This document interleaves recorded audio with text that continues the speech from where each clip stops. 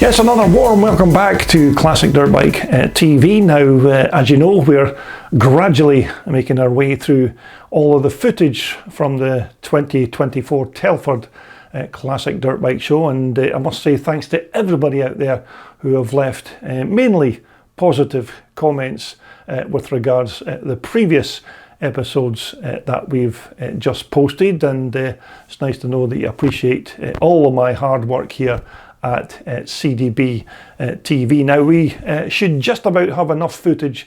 to bring you 2 more episodes, which should just about wrap up this year's Telford event. So let's jump straight into our penultimate video, which of course is episode number 5. Okay, so to start this episode 5 of our Telford 2024 coverage, we're going to check out some of the fantastic bike building skills of Mark Ramplee, who puts together some extraordinary machines. But first, let's take a look at this superb structure here, which is a 1984 Rin-Tut Wasp Sidecar outfit. And this, of course, has a big 840cc 4-stroke Yamaha twin engine to power it. And so the story of this particular machine was it was found some years back, and it hadn't been used for quite some time, and Mark said that the bike was in a dreadful state when it was first found, and then the whole machine was fully restored by the guys at Wasp, and then the word is that soon after the outfit then suffered a quite serious crash, which once again led it to it being fully rebuilt, and this of course here is the finished result. But as you know, Wasp motorcycles have been building these fantastic sidecar motocross outfits since the early 1960s, when the company was then founded by the great Rob Rin-Tut, who was actually a sidecar grass track racer before he then began to build his own chassis in the mid 1960s. And more than 50 years later, and with a total of over 5,000 sidecar solos and even quad frames being built since then, Wasp, as you're aware, are most definitely the guys to talk to if you need a one-off or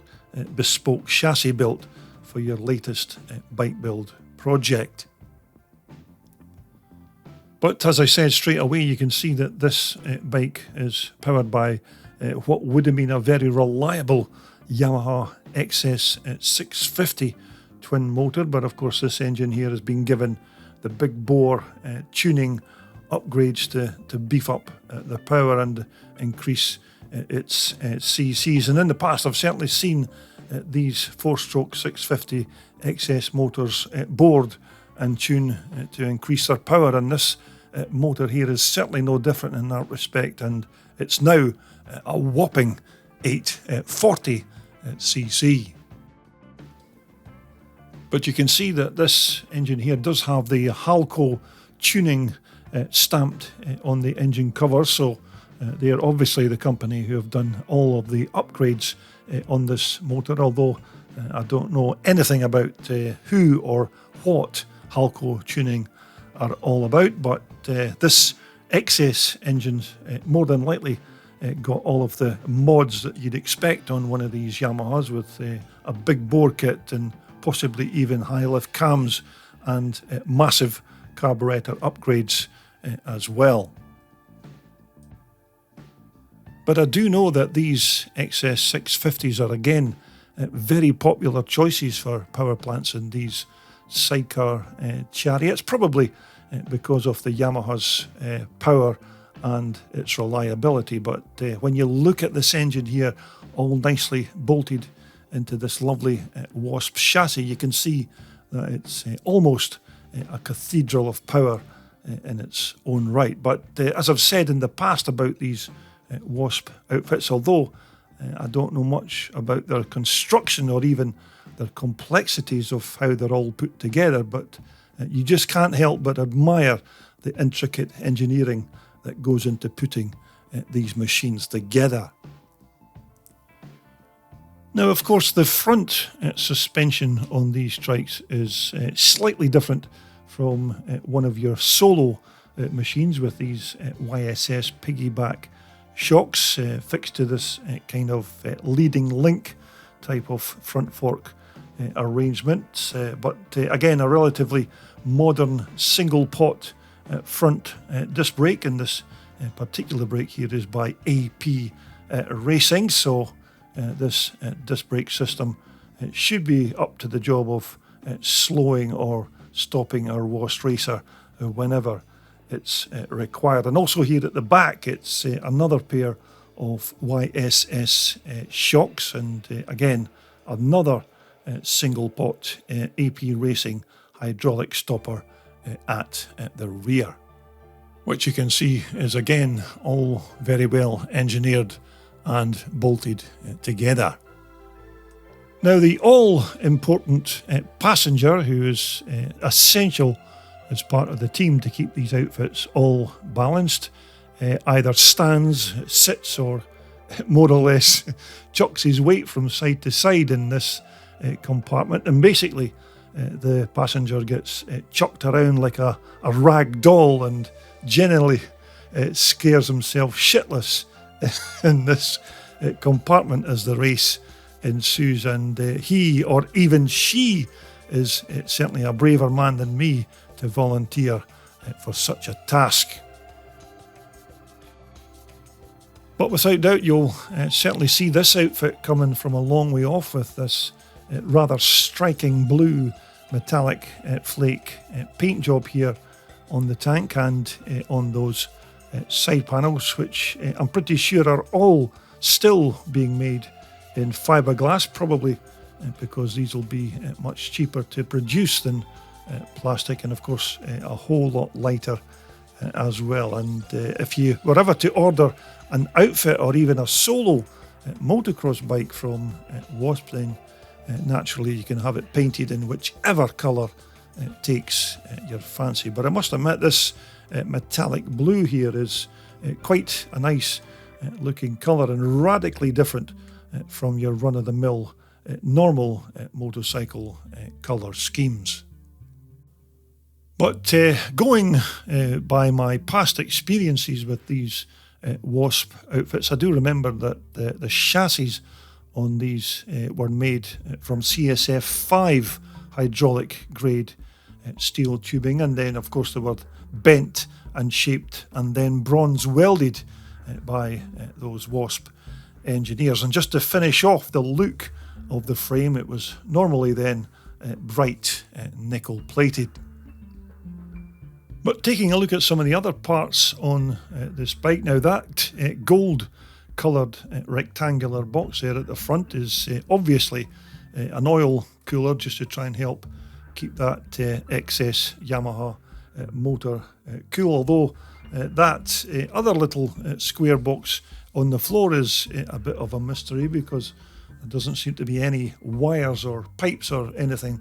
going to or from that box, but it might even be an emergency sick bag just in case the passenger gets a bit woozy when he's being chucked from side to side during a race. So this is usually where the real magic happens, up here in the rider or driver's cockpit, with your usual set of bars and grips and levers, but I expect that those handguards will be an important component to protect the driver's knuckles from being battered by stones and other debris that will be thrown up from the track.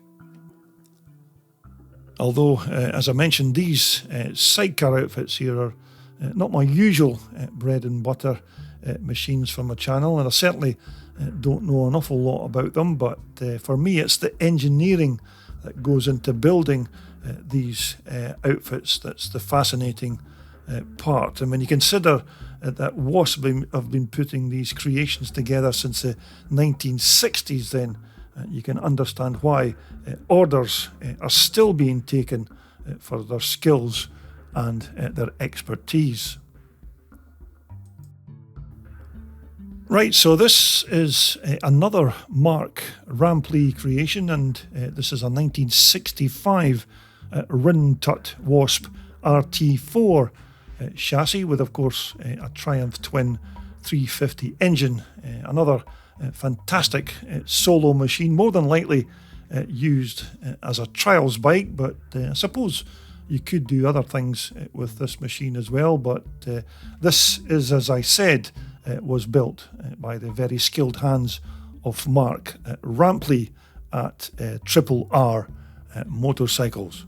Now, if you're a regular visitor to my CDB TV channel, you may remember that lovely Wasp solo of Mark's that we featured at last year's Telford show, and it appears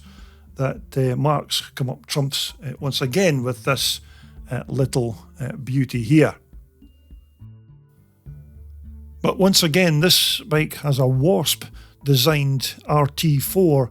solo chassis with what I assume has the motor's engine oil inside the frame, not unlike, of course, the Rickman chassis of their day, which usually meant that you don't have to have a separate oil tank on the bike, thereby reducing the weight ever so slightly. But you can see by the welding here that these frames have been superbly engineered, and the welding on this particular frame here is absolutely first class. Now, the engine that powers this Wasp is a twin-cylinder Triumph 350 4-stroke, another quite common trials bike power plant on these 1960s British built machines. Now, the fuel is fed into the motor by an Amal concentric carburetor, which naturally feeds both of the cylinders through a twin branch type of intake. Although for me the engineering on this bike's exhaust system is absolutely superb, and this is just a piece of sculpture in its own right as it sort of bends and twists its way around that Triumph engine, and then of course it just joins up into this lovely crafted alloy collector box with, of course, that exhaust guard there made into a sort of T shape, which I expect is to stand for Triumph. But of course, after it goes through that collector box, the exhaust then exits here at this left hand side with more perfectly shaped aluminium and another kind of wire guard there just to help keep your leg from being scorched on that exhaust pipe. But again, another fantastic piece of engineering from Mark Ramplee. Now, the bike's fuel tank is what I think is more or less the same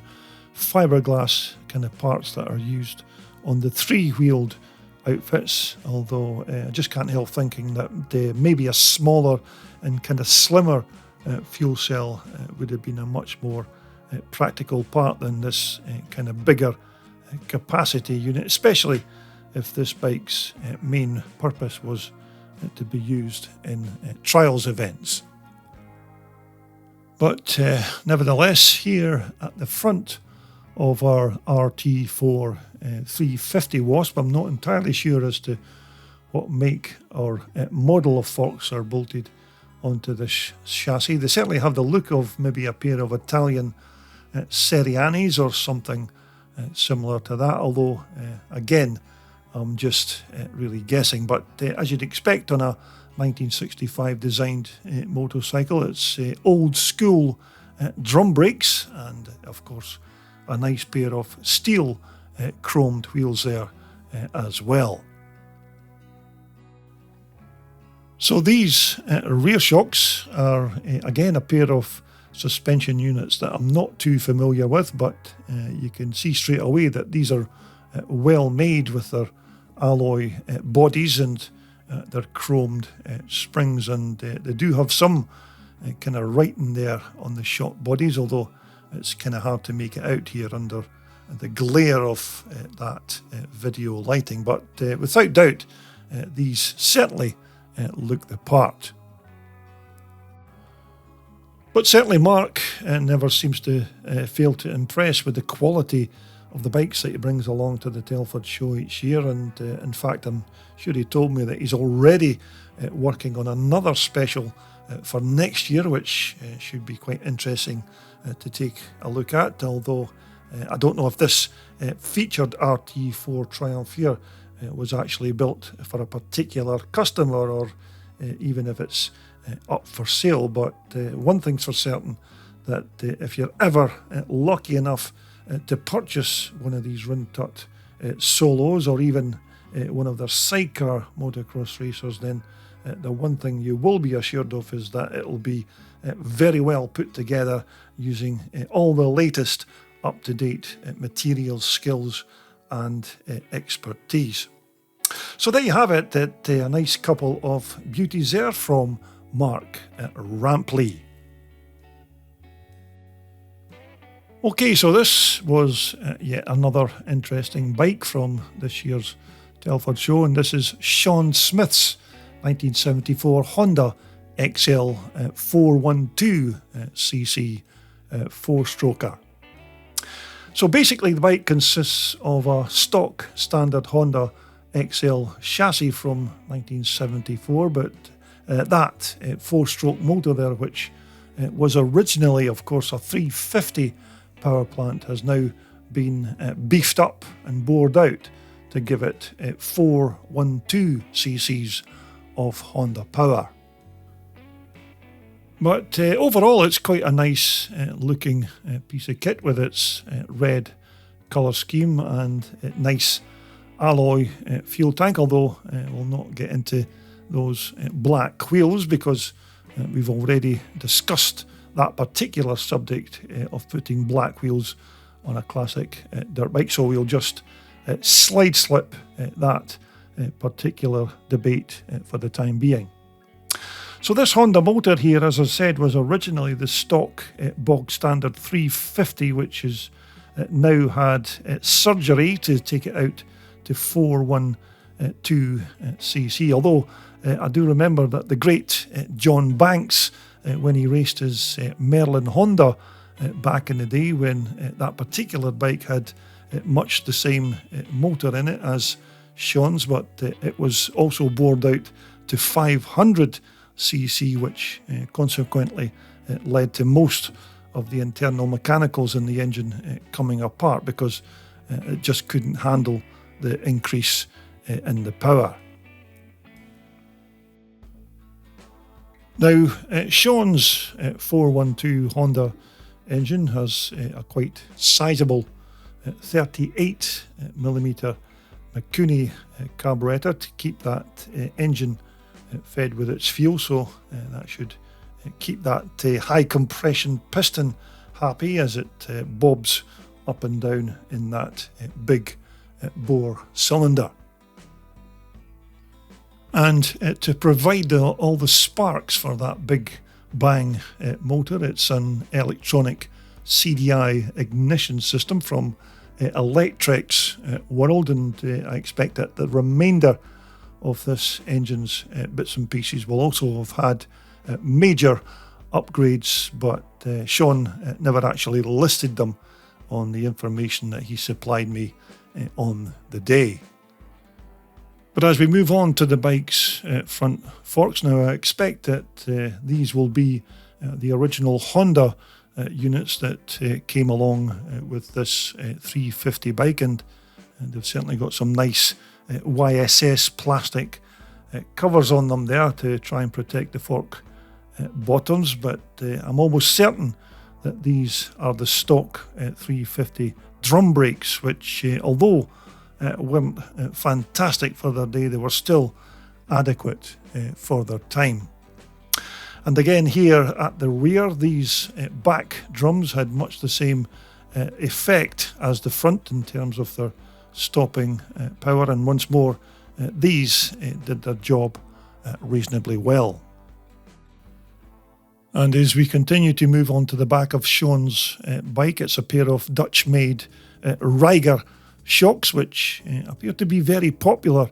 with the classic and the twin shock riders these days. So These must do their job reasonably well enough, otherwise I don't expect that these kind of guys would be buying them, although I've never actually used them myself. And once again, another nice touch here on Sean's Honda is this alloy fuel tank, which I'm pretty sure was painted red on the Honda original bike and these 350s back in the day, but it certainly without doubt gives the bike a completely different kind of look. And those nice alloy anodized triple clamps there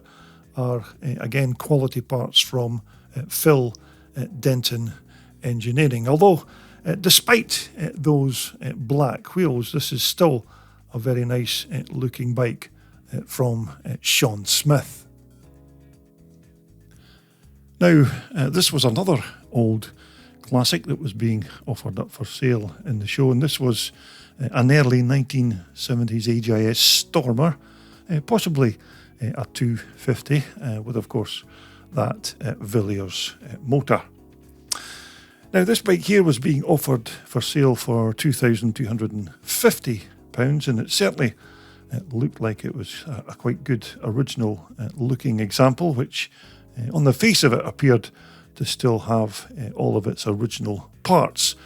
still intact, but naturally it was in need of a bit of R&R, which is recommissioning and restoration. But these old Stormers certainly do make great starter bikes if you want to get into classic racing, because they're relatively cheap to buy and you can still get new old stock parts for these bikes, and they're quite a good bike to work on as well, because they're not that complicated to repair. And of course these old AGIS Stormers weren't exactly super fast in their day, but they were light and you could certainly chuck them around the racetrack. And that Villiers two-stroke engine, although not that powerful, was still quick enough if you had a top rider in the saddle.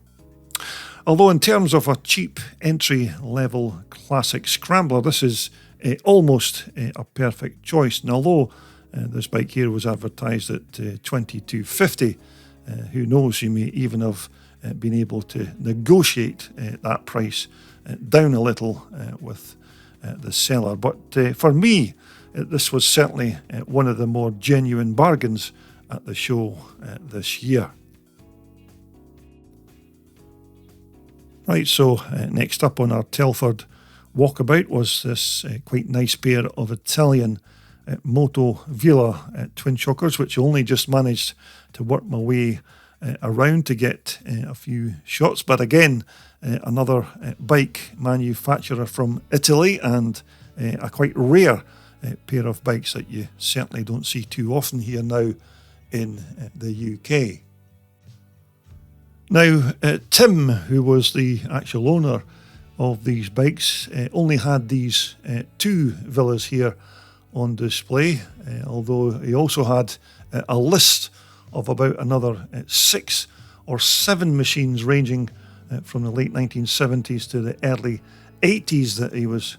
selling. And it appears that Tim is definitely the Villa man here in the UK, because he has lots of bikes and spare parts for these Italian-built Moto Villas. But with regards this particular engine, this is the bigger 480 CR, and these Villas always had these big radial fins on the barrel and the head, and it was often quite hard to distinguish the smaller 250s from these larger 480s. But for their day, these Villas were certainly quick, although just a handful of these bikes were brought over to the UK in the 1980s. But in their native Italy and some of the other countries in Europe like France and Belgium, these Villas were very prominent at motocross events, and they even won titles in their native Italian motocross championships. But this other Villa here is a smaller 250 MX with an alloy fuel tank, but many of these Villas did have plastic tanks for their time, and some were even translucent, so even looking at them from the outside you could quite easily see just how much fuel was inside the tank. But certainly this is another example of these rare Moto Villas, and actually these 250 engines weren't only used in these Villa motocross bikes, but they were put to good effect in kart racing as well. So again, that was all testament to just how good these Italian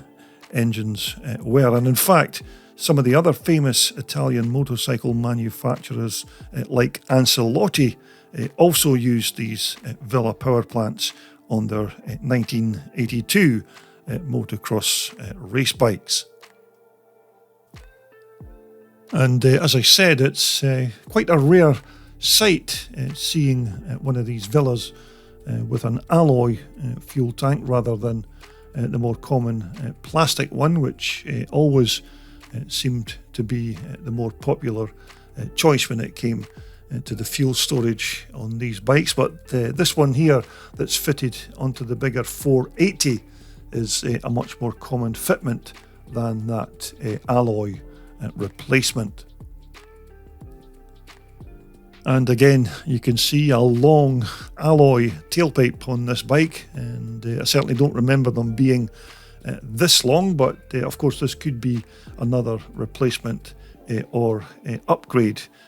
part. But the shocks are certainly very good quality piggyback units, and I'm pretty sure it was the old Corti Corso shocks that Villa used to fit to these bikes at the factory back in the day. But as you're aware, those Corti Corsos were pretty dire units. But anyhow, a nice pair of rare Italian stallions there, and quite good to see them at this year's Telford show. A 250 and of course a bigger 480 Moto Villa, and I think both of these bikes will have been probably from the late 1970s or at least the early 1980s. Now, you've heard me mentioning before that there was certainly no escaping the hundreds of trials bikes that were at Telford this year, and in this corner of one of the halls we had these lovely collection of Ossa trials machines, which were all up for sale. So if you were looking to maybe add another classic trials bike to your collection, then this particular part of the hall was where to find all the bargains. And one such model was this 1980s TR80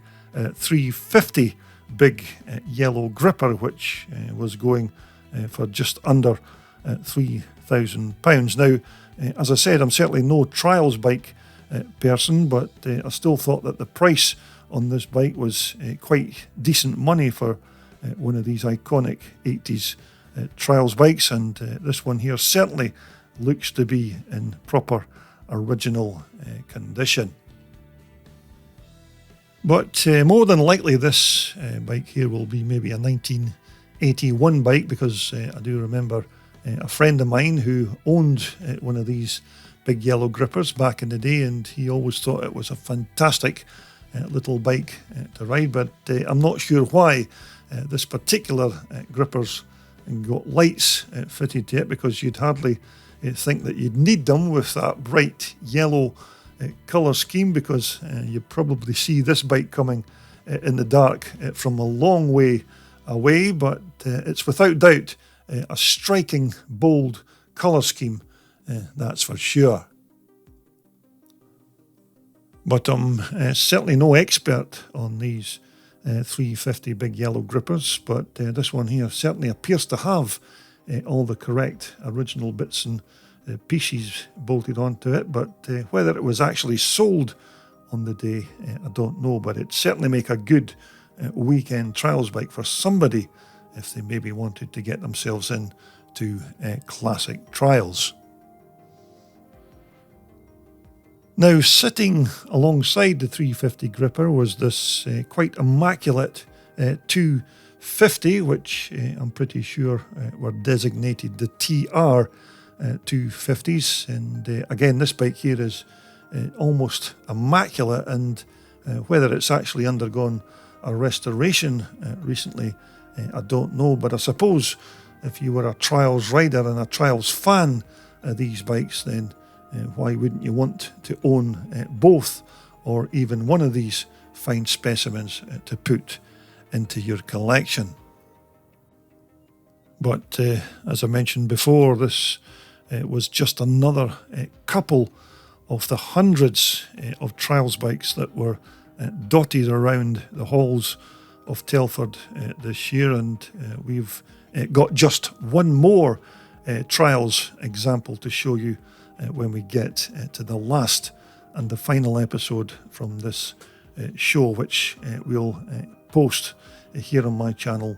very soon. But to say the least, I was very impressed with the originality and the general condition of both of these 250 and 350 grippers. And if you were one of the lucky people who eventually managed to buy them both, or even just one, then for sure you've certainly got yourself a nice trials bargain. Okay, so just to finish off this penultimate episode from Telford 2024, we're going to take a very quick look around Terry Pickering's super rare 1980 British made, built and manufactured Wilcomoto 500. Now, for those of you who are regular visitors to my channel will probably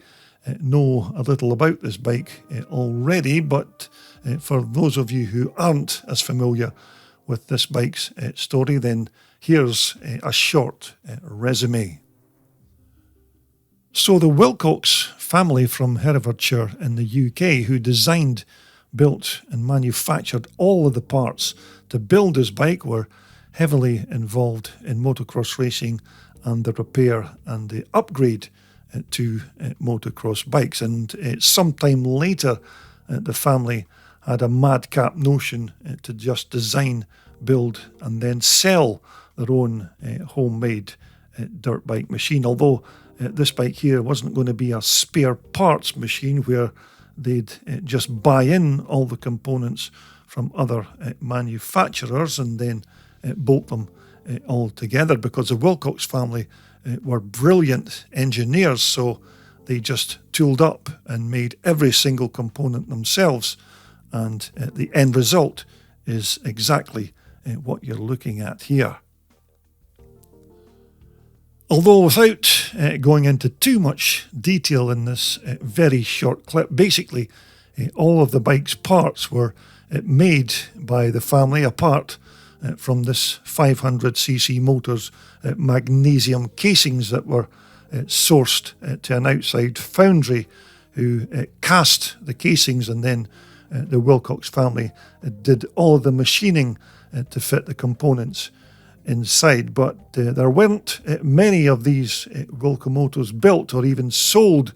and some say that it was as little as 30 machines, and others say it was slightly more, depending on who you actually speak to. But one thing's for sure, these British built machines are super rare, and this particular bike here was found and then restored by Keith Ree.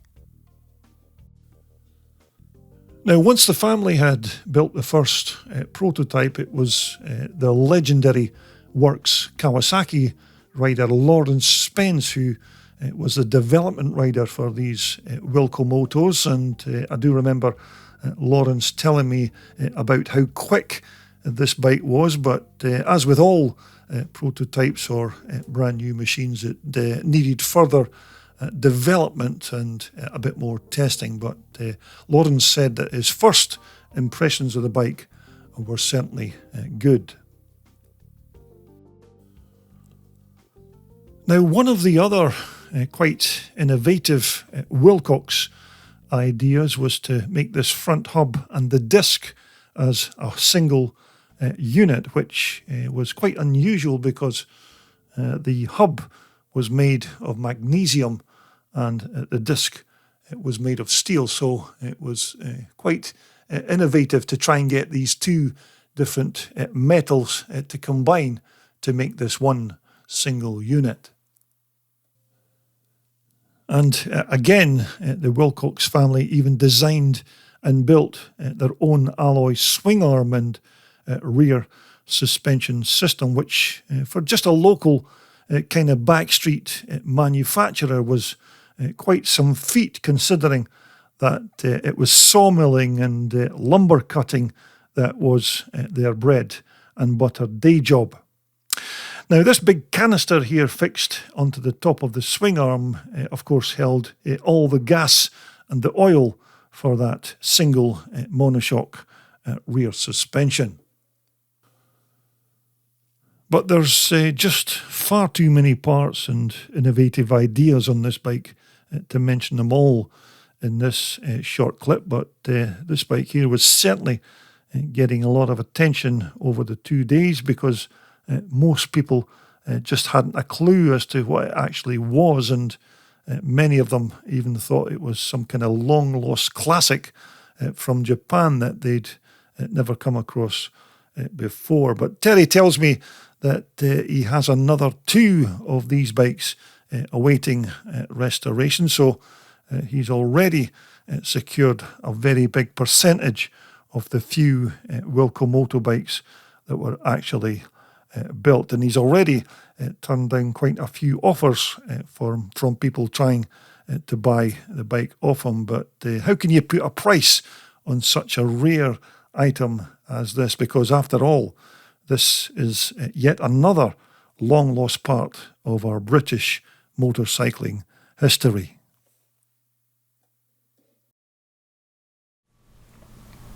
So there you have it. That's the latest batch of classic racers from the 2024 Telford Classic Dirt Bike Show. As I said, we still have enough footage to bring you one more episode, so I hope you'll join me for that very soon. But for the time being, thanks again to everybody for making the effort to watch my video content. But until the next time, it's goodbye for now.